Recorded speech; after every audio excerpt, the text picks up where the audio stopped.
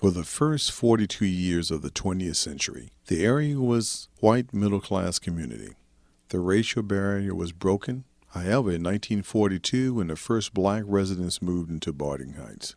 The southern portion of the community was almost entirely African American by 1950. North of Brooklyn Park Boulevard remained exclusively white until 1962. One resident described Brooklyn Park during that time as the Berlin Wall. Whites on one side, blacks on the other, and no one dared to venture to the other side. Richmond-Henrico Turnpike marked the second line, with the community of Highland Park being exclusively white and predominantly working class. African American children growing up in this community described Highland Park as a dangerous place for black youth to venture, with many stating that it was their first encounters with racism occurring in Highland Park. For 25 years as an elementary school principal, my faculty and I carried on a program of citizenship education. We aimed for 100% registration. Our precinct had more qualified Negro voters who actually voted than any other Negro precinct in our city. In 1954, the year the Supreme Court ruled in the Brown versus Board of Education that separate was inherently unequal, I had my students write essays titled, "Why I'm Against Segregation." These essays appeared in the 1954 Norrell Elementary School newsletter. When school segregation was outlawed, our state counteracted by passing massive resistance laws, hastily drawn up and put into action. In Richmond, Negroes who did not sign pupil placement sheets could not send their children to school. The Pupil Placement Board aimed to use a pupil placement sheets to show that the parents were not concerned about integration. I was given a batch of the pupil placement sheets and did not want my parents to sign them. April 1957, the parents, led by Chester Hampton, organized the Richmond Pupil Protection Association to stand against massive white resistance. Hampton orchestrated a public information strategy through his paper, The Afro-American, that increased resistance to signing the forms and galvanized the black community.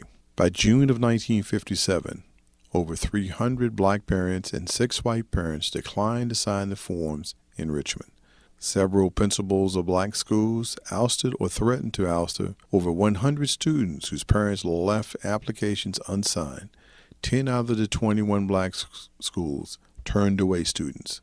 The parents took up a collection to hire attorney Oliver Hill, who filed suit on behalf of 103 children and their parents, attacking the constitutionality of the Placement Act to deny students admission to schools. Threats, dilemmas, and ambivalence now have the burden of integration to a small but influential number of black families living in Northside who are willing to cast their children into the fray of white schools.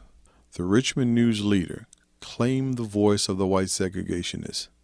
The newspaper stroked the fears of white homeowners north of Brooklyn Park Boulevard and neighborhood businesses in Brooklyn Park Boulevard's commercial district about the conversion of Chandler.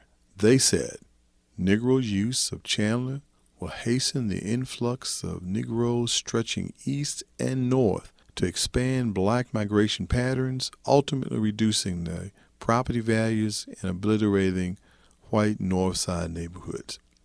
The fate of Chandler Junior High would emerge as the epicenter of this change. On April 22, 1960, the school board voted that Chandler would continue as a white school for the 1960-61 school year. Despite the efforts of Oliver Hill and other NAACP representatives, only 4 students applied to transfer from Graves to Chandler for the 1960-61 school year. When the Virginia Pupil Placement Board met on August 15th, also of 1960, the board voluntarily assigned Carol Swan and Gloria Meade to Chandler without a court order. 6 years after Brown versus the board decision, Chandler was the first school in Virginia to be integrated voluntarily. We're 3 blocks from Chandler, and Gloria lived 5 blocks from Chandler, so it was really easy walking distance, although honestly my parents were so afraid we never walked. We got out of the car. it was a block, a kind of dead-end block that ran along the side of Chandler. And we started walking towards the school. And at the other end of the block were lots of reporters.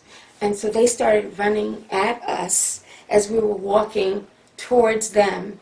And that was really, that was very frightening. And in the school, there were detectives in suits posted at various points in the school, I guess, to maintain order.